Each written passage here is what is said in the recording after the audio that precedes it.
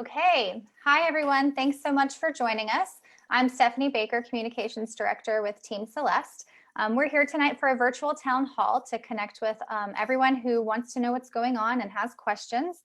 Tonight, we are joined by some special guests to talk about how those working in the service industry specifically have been affected during the pandemic.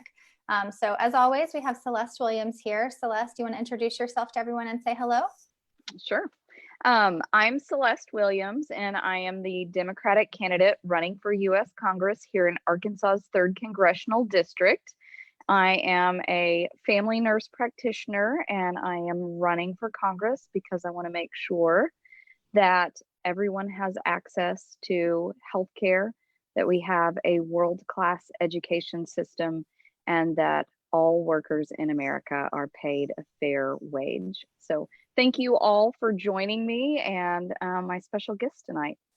Thank you, Celeste. I want to introduce our guests really quickly.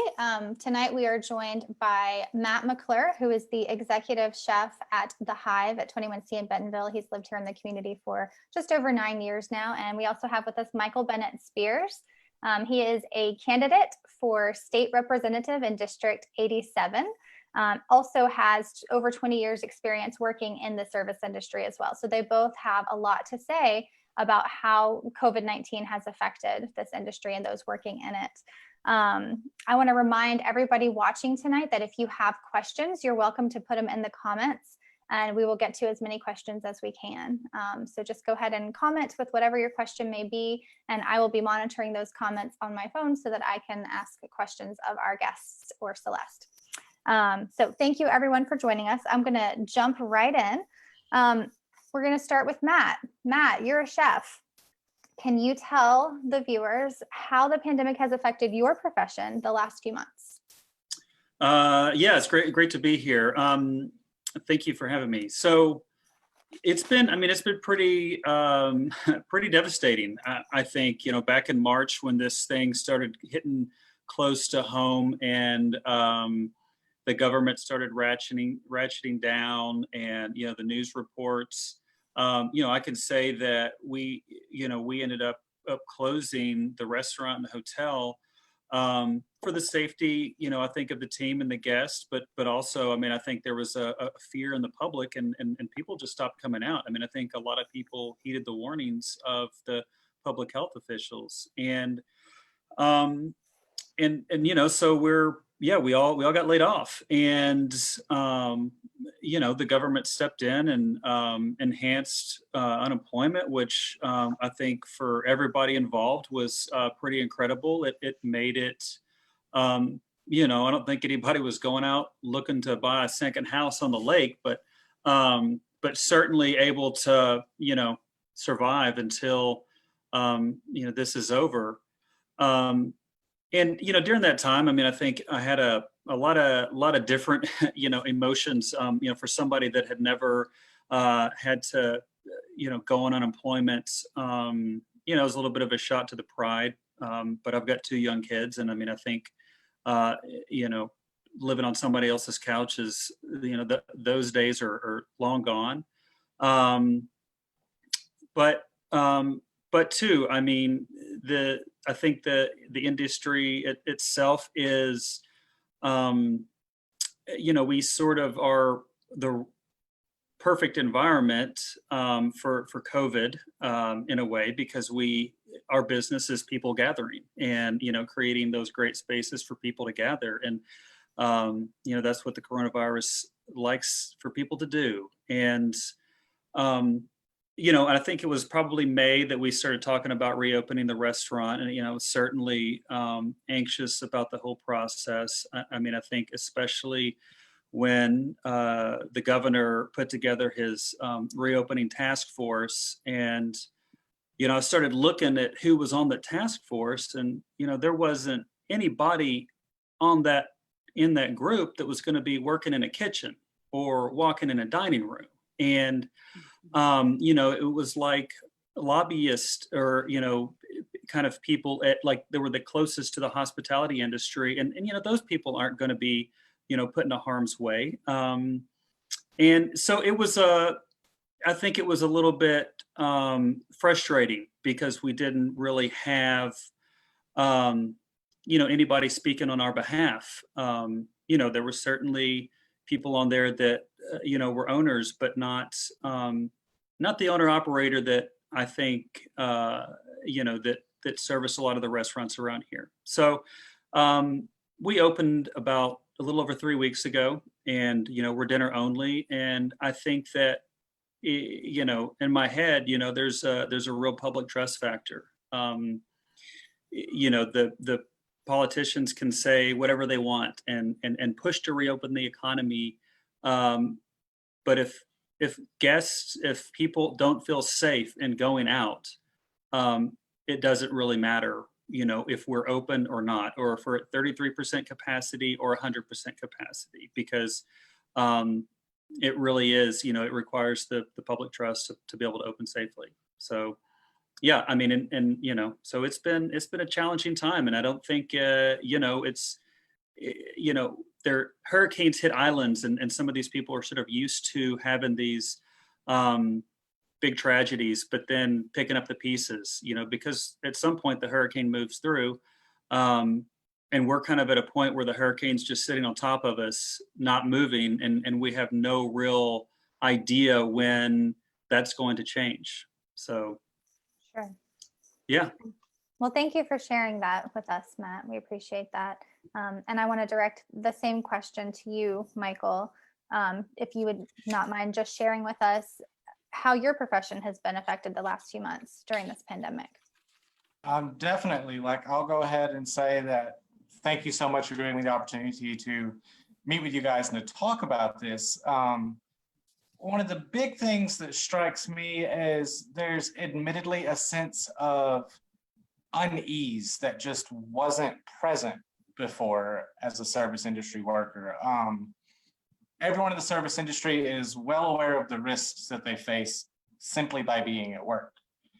But we're also aware that if our restaurants remain closed, there's a high likelihood of our jobs just quite simply going away altogether. So we spend our days walking this fine line between keeping ourselves safe, keeping our guests safe, and also keeping our restaurants afloat. One second, actually, I'm sorry, I'm having some technical difficulties over here. We can hear you okay, Michael. Well, if we could. His screen was frozen, but I could still hear him. Could everybody else still hear him? Mm-hmm. Yeah, okay. While we're giving him a minute to sort through his technical issues, Celeste, I want to ask you, and this is a personal question, not as a candidate, just wondering, you are a family nurse practitioner, so you're very well aware of the risks. I'm just curious if you feel comfortable going to eat in a restaurant at this time. Is it something you've done with your family up until this point? And if you haven't, does the newly instituted mask mandate change your risk calculation on that? So we have not. And a lot of that is, I myself am still working in clinic 3 days a week. My husband is an ER nurse, and we're very concerned about us being either asymptomatic or pre-symptomatic and passing that on inadvertently to somebody else who might not do very well with the virus. So we have not. And I think even with the mask mandate, while I feel better that reduces the risk of likelihood of people passing the virus around in the community, I did go have coffee with a friend at an outside place recently. So I suppose that I'm comfortable with. But I'm really cautious when I go out. And I think it's really hard right now because that's certainly something that I love. I love good food, and certainly visiting the Hive has been a wonderful highlight within our community and something that I really enjoy. And Bordino's is where my husband asked me to marry him. It's really hard. And like my son and I were talking the other day, and he said, "Mom, I feel like the whole world is lonely right now." And I said, "I think you're right." And I said, I really miss going out to dinner, not getting takeout and eating it at home, but I miss eating it in a restaurant. And I think a lot of us feel that way. It's a wonderful pleasure in life that we're all missing right now. And that's certainly setting aside all the financial impact that comes with this virus. So, Michael, I know you were having some technical difficulties. I want to give you a moment to recapture your thoughts and continue what you were saying about how the pandemic has affected you in your profession. All right. Yeah, I think we have the technical difficulties worked out. Now if I can just get my tongue to work. Like I was saying, all the on the service side of it, we're all feeling like we're walking this fine line between keeping ourselves safe, keeping our guests safe, and simply keeping our restaurant afloat. I think an excellent example of that is actually what happened at Bordino's today. Around 2 p.m., I got a text message that we had a staff member test positive. So I spent the afternoon closing Bordino's down, notifying all of our reservations, all of our guests, and saying, hey, I'm so sorry. We're going to have to cancel everything and close for an indeterminate amount of time, because it depends on how long it takes to get those test results back, to ensure that every employee tests negative, and to have a business come in and actually disinfect our entire building from the top to bottom to ensure that it's safe when we do reopen. And those are the things that we're facing in restaurants right now. And it's just an understood amongst people in this industry that it's going to happen, which goes back to that sense of unease I was talking about before I accidentally had to get cut off. And the fact of the matter is, it's just at the end of the day, no matter what the capacity is, there's just less business, and less business equals less money. And for the servers, less money equals less tips. And we rely solely on tips for our income, which is quite frankly catastrophic in the service industry. There are already individuals who you ride a fine line financially as a server. That's just how it is. We've completely reworked our approach on our end in Bordino's into how we do staffing to try and mitigate that. Before the pandemic, the average server at Bordino's worked between 25 and 30 hours, and we always had at least 20 servers on staff. We now have a staff of around 10 that works a solid 40 hours a week. And that's just what is required in order for them to make anything even resembling their income before the COVID pandemic. So that means that we have a solid 50% of our staff that we simply cannot bring back right now. While in July, most of us that were laid off in March, when the state shut down, are running out of our unemployment benefits. The $600 unemployment stimulus ends this week. And that's put our restaurants in this position of having all of these employees who are desperate to figure out what they're going to do about income. And so our restaurants are not only trying to keep themselves afloat and keep everyone safe, they're also desperately trying to help those employees. Which just comes back to what I said initially of there's just this accepted sense of unease in the restaurant industry that's pervasive. Yeah. So I want to ask both of you, since the news this week was the governor issuing a statewide mask mandate, I'm curious, did your particular places of employment have rules in place about mask usage inside the restaurant prior to that?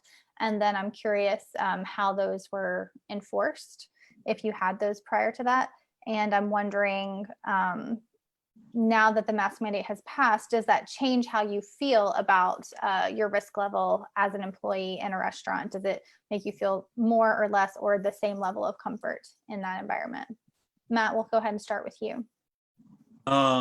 Yeah, so 21C, I think they had been, there was a lot of research that went into our new protocols prior to reopening. It's a very robust system. I think that we're certainly trying to set the standard in terms of like what the safest environment, both for our team and and the guest.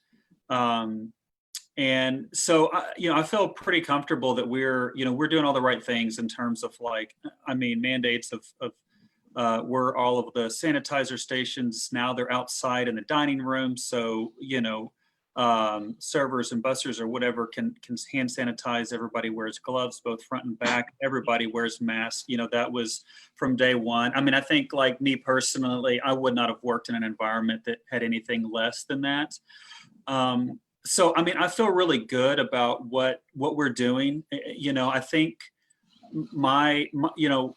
it is there's still a risk. And and I feel servers are more on the front line than anybody because, I can hide in the kitchen but there, you can't eat with a mask on. So at some point you got to take it off. And, and I think unease is probably the nicest way to say, overall, the money is just not there like it was, and the risk is much higher. And, and we're not talking about, occasionally I cut my hand or I burn myself or, there are sort of like inherent risks to my profession.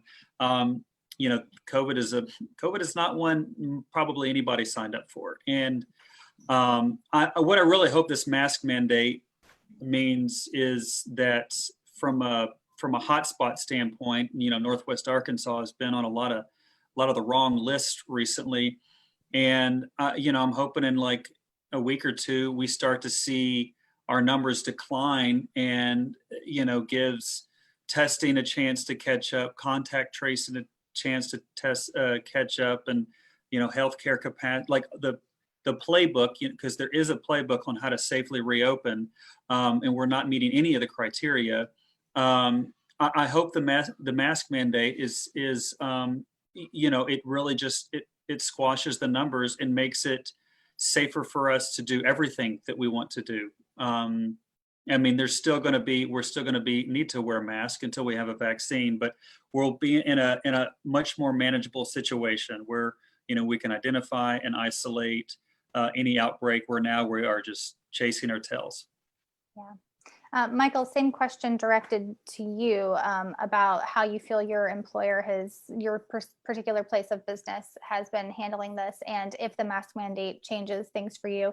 Also, I'm going to go ahead and tag this onto that. We have a viewer question that's asking, what responsibility do you think employers have when their employees do catch COVID and they feel like it was due to workplace exposure? I'm going to let you take that one since that's a recent thing that's happened there as well. Most definitely. I'll go ahead and I'll address their question first. Okay. In terms of what I think the employer's responsibility is, that is a very complicated question. Of course, on the surface, I would say that the employers are responsible for ensuring that their employees are taken care of. Plain and simple. The employees would not be at risk if they were not in the businesses. On the other side of that, I will have to say that my opinion of that is balanced by the fact that the employers were thrown into this, particularly in the restaurant industry. When Arkansas made the choice to reopen in May, we had no choice but to reopen.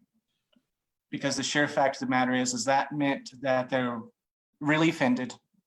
The state was declared reopened, and if you did not reopen, you ran the risk of never reopening again because the money will run out.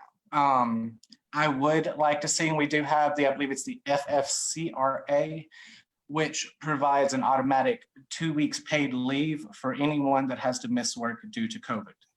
The interesting thing about that, though, is that that's a one-time only. So in this instance, all of the employees that are missing income due to boarding rooms being closed will be covered under that.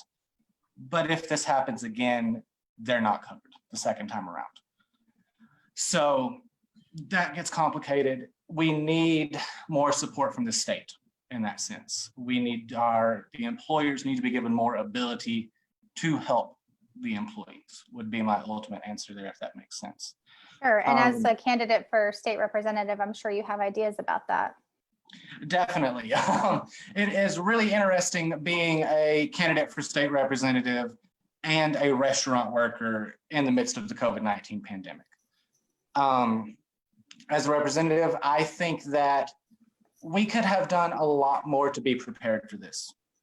The writing was on the wall for COVID-19 in Arkansas as early as January, or at least I know we saw it coming at Bordino's. We started talking about it and going, when are we going to shut down? When March 17th came and they laid everyone off, we saw it coming. We walked into work that day and said, we know what this meeting is. And I think that if servers can see that coming, our state officials certainly should have as well. Sure. So what I would say as someone who's running for office, if it were me in that position, the minute that landed stateside, we should have started putting procedures in place. We should have started making plans. Sure. In terms of, what Bordino's was doing before the mandate, actually the exact same thing we're doing now. I am immensely proud of how my restaurant handled everything. We started planning how to safely reopen the day after we closed. We spent that entire time reviewing Arkansas Department of Health guidelines for restaurants, CDC guidelines for restaurants, and we incorporated all of that. From the beginning, anyone who enters the building must wear a mask. Employees are given health checks every day where we check their temperature. We ask them where they've been. We've asked them, if you've been to a gym, if you've been to a bar, if you've been to a public pool, a public park, if you were in those places, did you wear PPE? Did you have a mask on? And if you didn't, we tell you to go get tested and you're out for 2 weeks. Plain and simple. Like, we will not put our other employees, our guests, and ourselves at risk. And that was something I was very proud of with Bordino's. I'd like to Go ahead. Thank you. I would like to hand it to Celeste for a moment. Michael was speaking from a state representative candidate perspective, what the state could have done. Since Celeste is running for Congress, I'm curious if you want to chime in about what we need from our federal government and how that response could have changed what we're seeing right now. Sure. I'm going to divide that into a couple of different tracks. First, I think that was correct. We did all see this coming. We had previously had a pandemic response team that was dismantled at the federal level, and they were not prepared. So we all know, or at least everyone working in healthcare knows, that there is a possibility of a pandemic, and it's not if, it's when. And we should have been prepared for that. And we were caught incredibly flat-footed. And, when we closed things down earlier in the year, the point of that was not because this was all going to go away.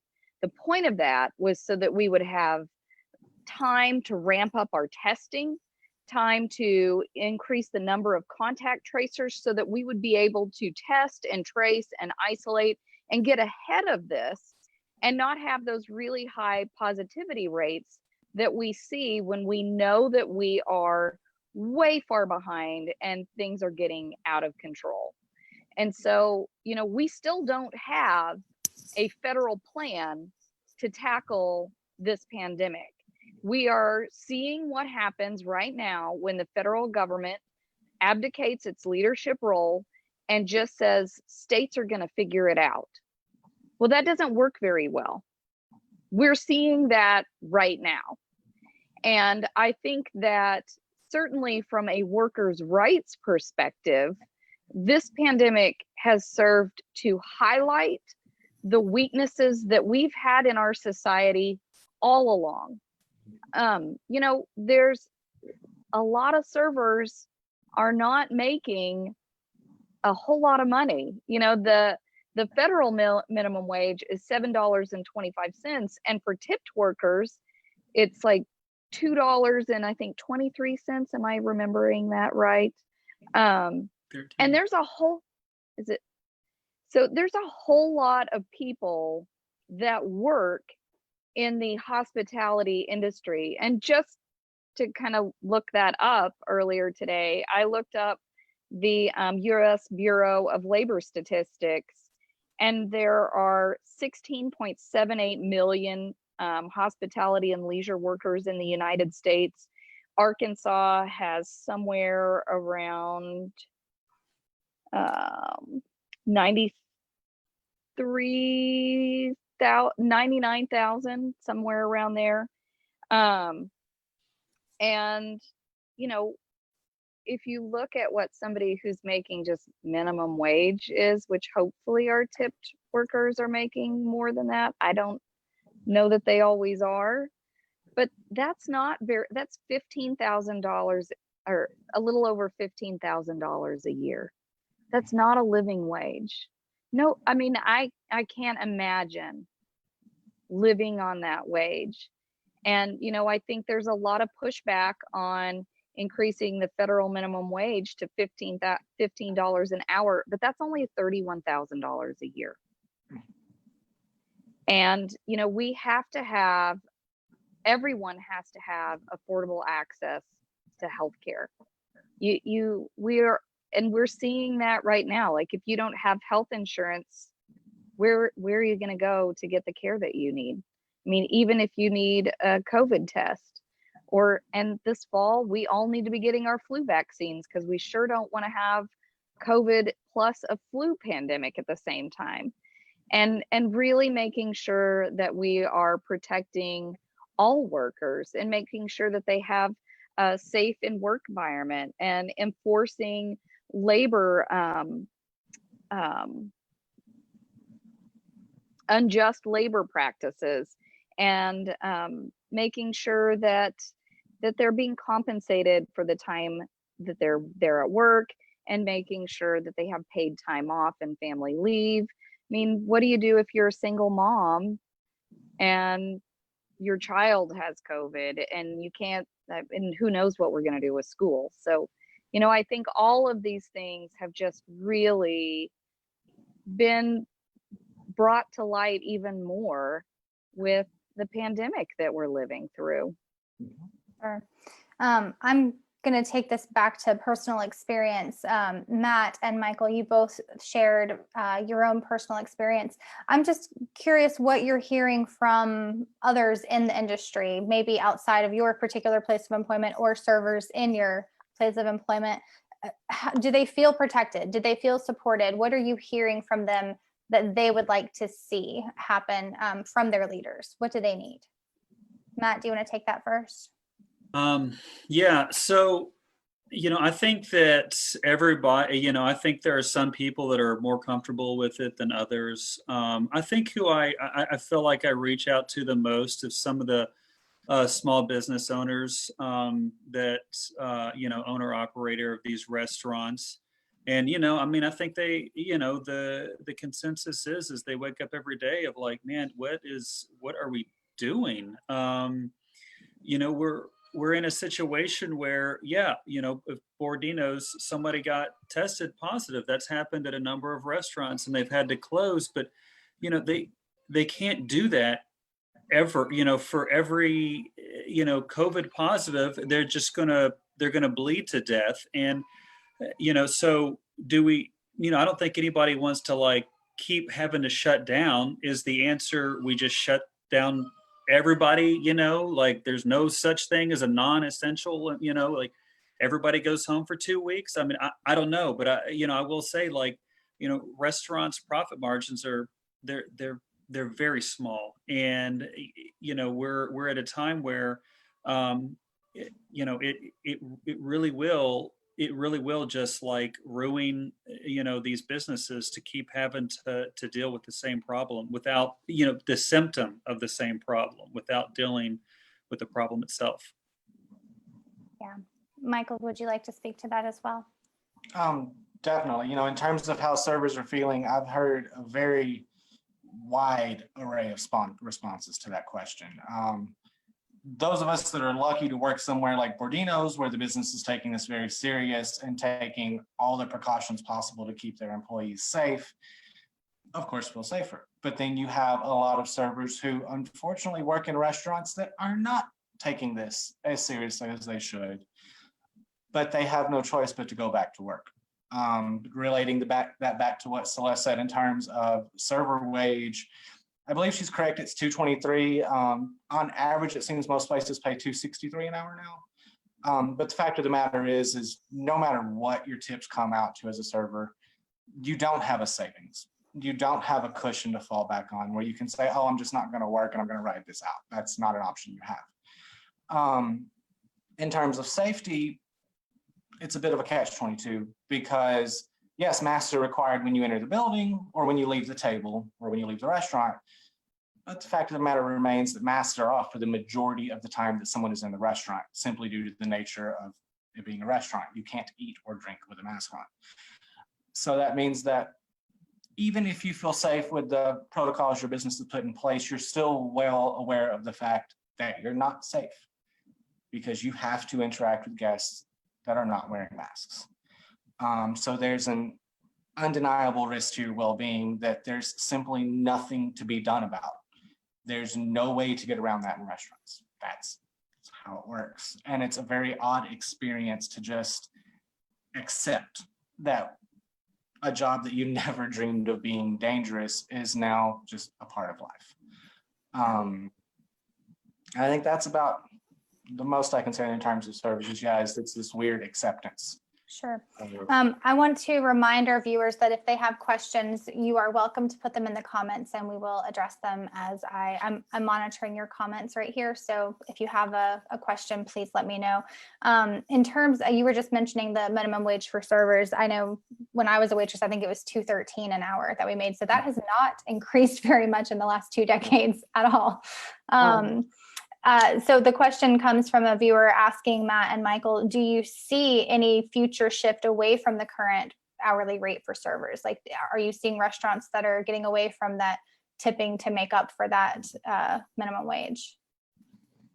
I really do. One thing that I've seen in Bordino's that I've loved is we actually raised to front of house workers, servers, hosts, bussers, everything get paid $10 an hour flat. After that, all tips are pulled and divided by the number of hours you work that week. I think that we will begin to see that become much more popular in restaurants because the sheer fact of the matter is that with that new danger that comes with working, you're going to have to pay people a wage that makes it, I hate saying this, but worth it for them to do that. So I do think that we'll begin to see a shift in just restaurants themselves without any, technical difficulties again, but a shift to a higher wage, which we've seen done in other states already. And so. Sure. Matt, are you seeing that happen as well? You know, I don't know that I've seen anything like dramatic happen overall. You know, I think there was a lot of talk at the beginning of this pandemic of, you know, we've got what the salary for a server since the mid 80s has increased like 300%, and for a cook it's gone up like 5%, or it's something radical. Like there's a huge difference, and some restaurants have tried to address that by going tipless, you know, service included. And you know, I know some of those restaurants that have had to get away from that because they just didn't have the revenue to support it. And some of them have stuck with it. You know, I think there is a lot of talk about, do we really want to go back to the old system? You know, back to the old normal.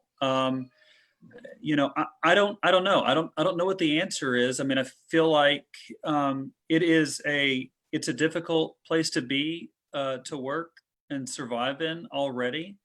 And to, you know, to Michael's point, there's not hazard pay. Like, I don't know any restaurant that has hazard pay. You know, actually most people are probably getting pay cuts, myself included.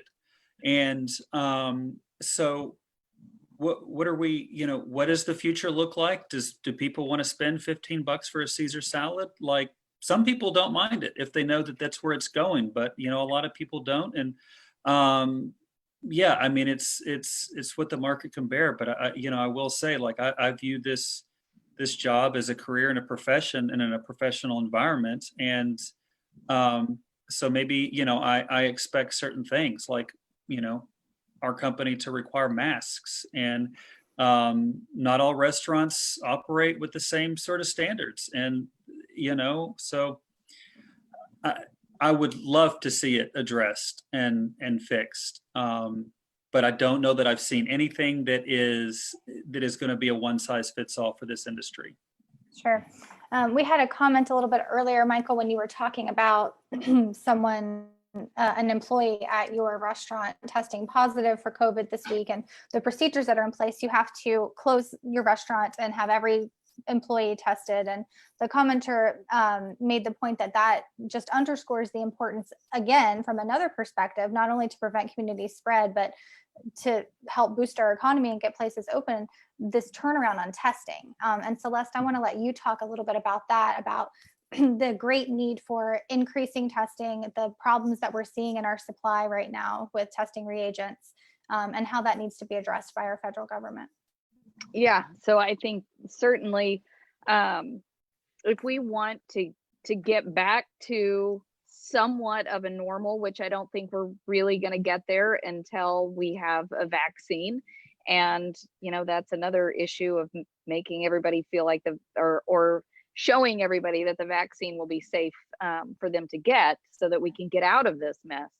But, I certainly believe that the federal government should use the power of the federal government to make sure that they are procuring testing reagents, testing supplies, and making sure that everyone who's in the business of doing the testing has those things available to them, so that we're not all competing against one another, whether it's any of the local healthcare facilities competing against the state, competing against the federal government, competing against other countries, all for the same needed supplies that we all need right now.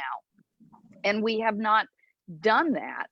And certainly the lack of the reagent that you need to run the tests is in limited supply. And so, I have anecdotally talked to some people who, they had testing of nursing home staff who didn't get their test results back for 16 days. And one of those people was positive, which fortunately that person had been on vacation just at that time.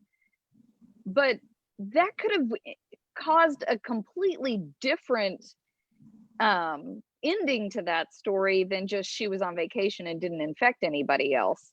Working in a nursing home, she could have infected a whole lot of people who wouldn't have survived. And I think that, we're certainly in a time where we're really putting people in harm's way for the sake of our economy. And I think that all work has value, but beyond that, all people have value. And I think that we need to evaluate, what are we doing right now? Like this problem gets bigger every day that we fail to get it under control. It gets worse. And the longer this goes on and the bigger it gets, the deeper the hole that we're creating in our economy that we're going to have to pull ourselves out of. And when I look back in recent years, our Congress and our president passed a huge tax cut in a time of prosperity that created an even bigger federal deficit than what we'd had before. And now that we need to be borrowing money and need to be spending as much as we can to keep people safe at home, we should be paying people to sit at home so that they're not out infecting everybody in the community. But instead, we have this massive deficit and we're afraid to spend. Absolutely. And so we're forcing people to go back to work because we don't want to invest in human beings. Yeah. And no one wants to be sacrificed for the economy. And we shouldn't ask that of anyone. And, I think you can make a strong argument that, yes, there are some industries that we are essential. I work in family practice. I can't just stay home. And I understand that, and I take that risk. And, I certainly also have the training to deal with infection, and I know how to mitigate my own risk. And I knew what I was I know what I'm signing up for. But it's a little bit different when we're asking our wait staff and chefs to be out in the world exposing themselves so that somebody can go out for dinner. And as much as I love going out to dinner, I don't want to go out to dinner and cause somebody to get a disease that could kill them. Celeste, just earlier today, I was speaking with another wonderful member of your campaign staff, and we were talking about that exact thing, how our current incumbent representative, your opponent, seems very willing to make votes that will increase the deficit when it benefits those giant multinational corporations that happen to also be his campaign donors. But when it's something that would actually help the people of this district, he suddenly thinks, no, we cannot add to the deficit anymore. We can't add any more debt. And I think that you're exactly right, that it's a matter of priorities. Where are your priorities? It is. I've heard you say a bunch of times, a budget is a moral document. It is. And, I also just think our economy will do well when we have a strong and thriving middle class, not when we have massive corporations. And I'm certainly not opposed to big business when they're operating in a fair way.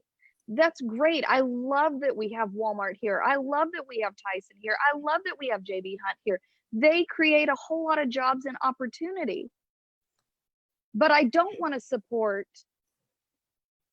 big business like Amazon paying $0 in federal income tax at the expense of Michael getting sick or being unemployed because there's no work for him to do because we have a pandemic that we failed to act upon. Right. That isn't fair. That it isn't just, and it sure isn't moral. Absolutely. You know, Go ahead, Michael. I was going to say, to step in from the state representative side of things, I'll say you can look at the same thing within the state of Arkansas itself. In January, we had a tax cut go into effect that primarily only benefits those that make $456,000 a year or more. We could have put that revenue to a lot of very good use in the midst of all this. We say that we had to start reopening because we couldn't afford to keep paying out unemployment, even though Arkansas has a 16-week unemployment period, which puts it about 10 weeks below the national average of 26 weeks for most states. We also have my own incumbent that I'm up against released a statement urging the governor to support landlords and real estate investors rather than individuals who are risking being out on the streets right now because they've been furloughed or laid off from their jobs. So we can see the both is just as important, pay just as much attention to your state level politics as you do on the national level because it affects you from the top down. And I agree wholeheartedly that we've lost the focus of being on people and being on lives and far too much on the value of a dollar. Absolutely. I'm going to ask both you and Matt this question. Celeste talks a lot about healthcare for all and how we need to improve our healthcare system and access for folks. One of the things she talks a lot about is separating healthcare from the employer. I'm wondering for you two, specifically in the service industry, how that would affect you and servers that you've heard talk about this, if they were able to have affordable healthcare that wasn't tied to an employer or exorbitant cost. Have you heard that talked about among people in the service industry? Yeah, I mean, I think that it is kind of like having to go back to work or risk losing your unemployment. And to Michael's point about the unemployment, without that supplement, I mean, I feel like I'm a fairly informed person and fairly capable. It was kind of a nightmare to get through to the unemployment process. I mean, a tax that that I've paid in for my whole life, and it's obviously a system to basically punish poor people. And I think healthcare, kind of the same way. If you've got an employer that part of their benefits package is healthcare, like that's great. That doesn't always happen in the hospitality industry. And I think it would make choice, just overall choice of where you want to work and what you want to do much easier if your healthcare wasn't tied to it. I mean, I think that cuts across all industries of how many people that that like keep their job because the healthcare is good. Absolutely. But they hate their life, Yeah. and it's absolutely ridiculous, and it doesn't have to be that way. But yes, let's make sure we give the wealthiest people a tax break because they could use that extra money and they earned it, I'm sure. I hope all of our viewers can read that sarcasm. That's sarcasm. Michael, I'm going to ask you, and this is a question that I'm wondering if you've heard from servers or while you were a server.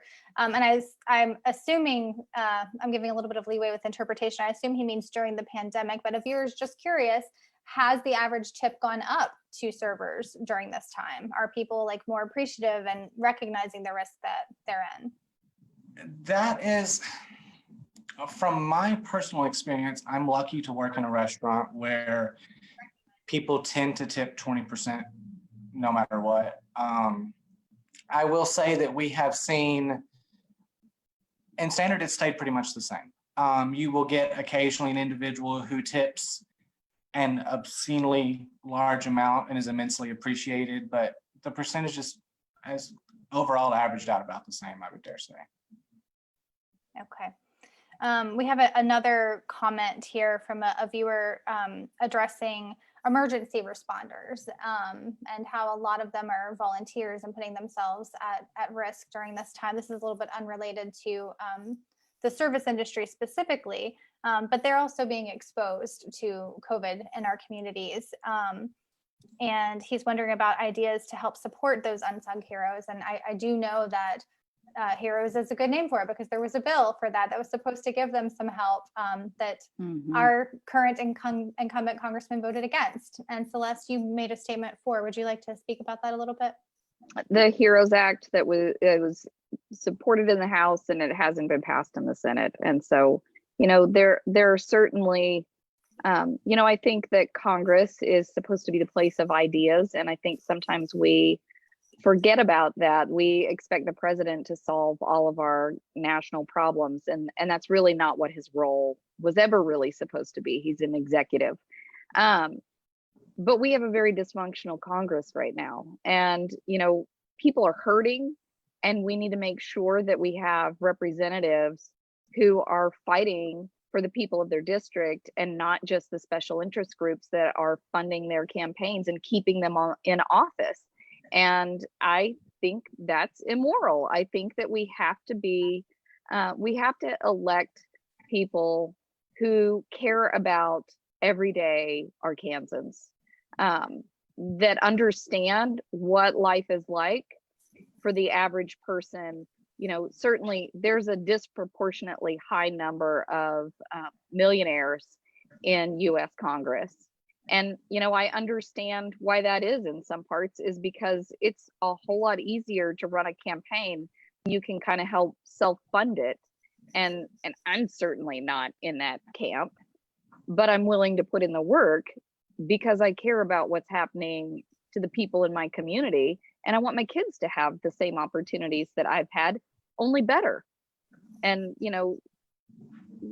we do need to invest in everyday people. Nobody likes to pay taxes, but it's a means of investing in the common good and to be able to provide services that we all need. We all want to drive on a nice road. We want clean water. We want clean air. We want to be able to get health care when we need it. We want our kids to have a good education. We want to make sure that college is affordable and that there's good job training available. Like, we all want those same things. And the way we get it is using our collected resources, which is paying taxes for those things. And I would certainly argue that right now, we don't have good stewards of our resources in Congress. They're not using our money for what benefits us. They're using that money to create a corporate welfare system and to subsidize already rich people, and not just a little bit rich, but like the 1% rich. And I think that's wrong. I think that, again, we will have a healthier economy and we'll have a much better, more just, more equitable, more financially stable society if we take that money and reinvest it in our communities and in our people specifically. Thank you. Well, I promised our participants that we wouldn't go much over 30 minutes, and we really have already. So I'm going to go ahead and close it there. If you're watching and you have more questions, please feel free to put them in the comments, and we'll go back and respond to those in writing rather than through this live town hall. But we're so grateful that you all joined us tonight. I'm going to let each one of our very special guests tonight say goodbye to us. So Matt, do you have any closing thoughts, and would you like to say goodbye to everyone? No, thanks for having me. Celeste, Michael, thank you guys for running. I know it requires more work than I can imagine, and on top of, full-time jobs in the middle of a pandemic. So, really best of luck to both of you. Thank you. Michael, would you like to have any closing thoughts for our viewers and say goodnight?